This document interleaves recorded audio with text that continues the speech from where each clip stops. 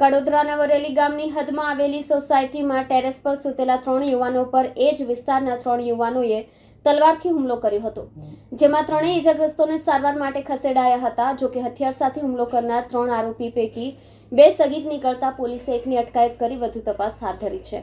પલસાણાના વરેલી ગામની હદમાં આવેલ શાંતિનગર સોસાયટીમાં વિરાજ ભવનની બિલ્ડિંગના ધાબા પર સુદર્શન મંડળ, પ્રદીપ મંડળ અને રવિન્દ્ર કેદાર સૂતા હતા।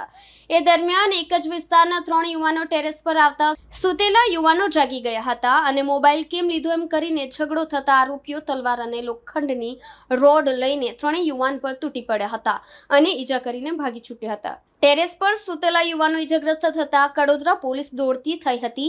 ગણતરીના કલાકોમાં 3 આરોપીને ઝડપી લીધા હતા। જો કે 3 પૈકી 2 આરોપી સગીર હોવાથી પોલીસે એકની અટકાયત કરીને પૂછપરછ શરૂ કરી છે।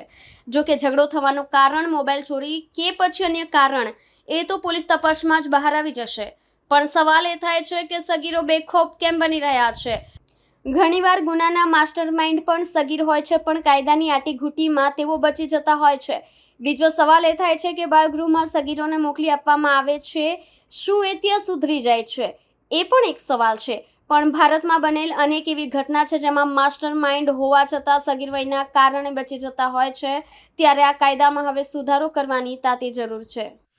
गई तारीख 12/5/25 को कड़ोदरा जीआईडीसी पुलिस स्टेशन के वरेली में आए हुए शांति नगर में एक फरियादी जिनका नाम रविंद्र केदार मंडल है, वो और उनके जो दोस्त थे वो उनके टेरेस पे यानी छत पे सो गए थे।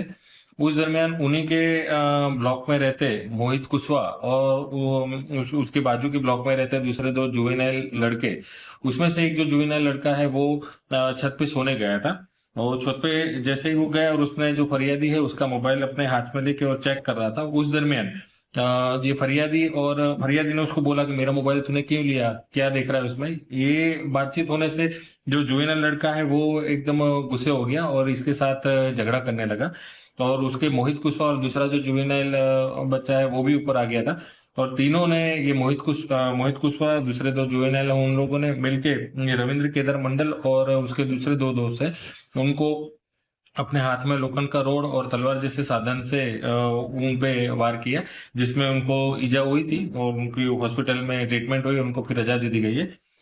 उनकी फरियाद के आधार पे कड़ोदरा जीआईडीसी पुलिस स्टेशन में बीएनएस की कलम 115(2), 117(2), 118(1), 352, 351(3) और 54 मुजब का गुना दाखिल किया गया है और आगे की तफ्तीश अभी चालू है। आरोपी को अरेस्ट किया गया या फिर बाकी? हाँ, आरोपी को जो मोहित कुशवाहा है उसको अरेस्ट कर लिया गया है और जो कायदे के संघर्ष में आया जो बाढ़ किशोर है उसकी भी प्रोसीजर अभी चालू है।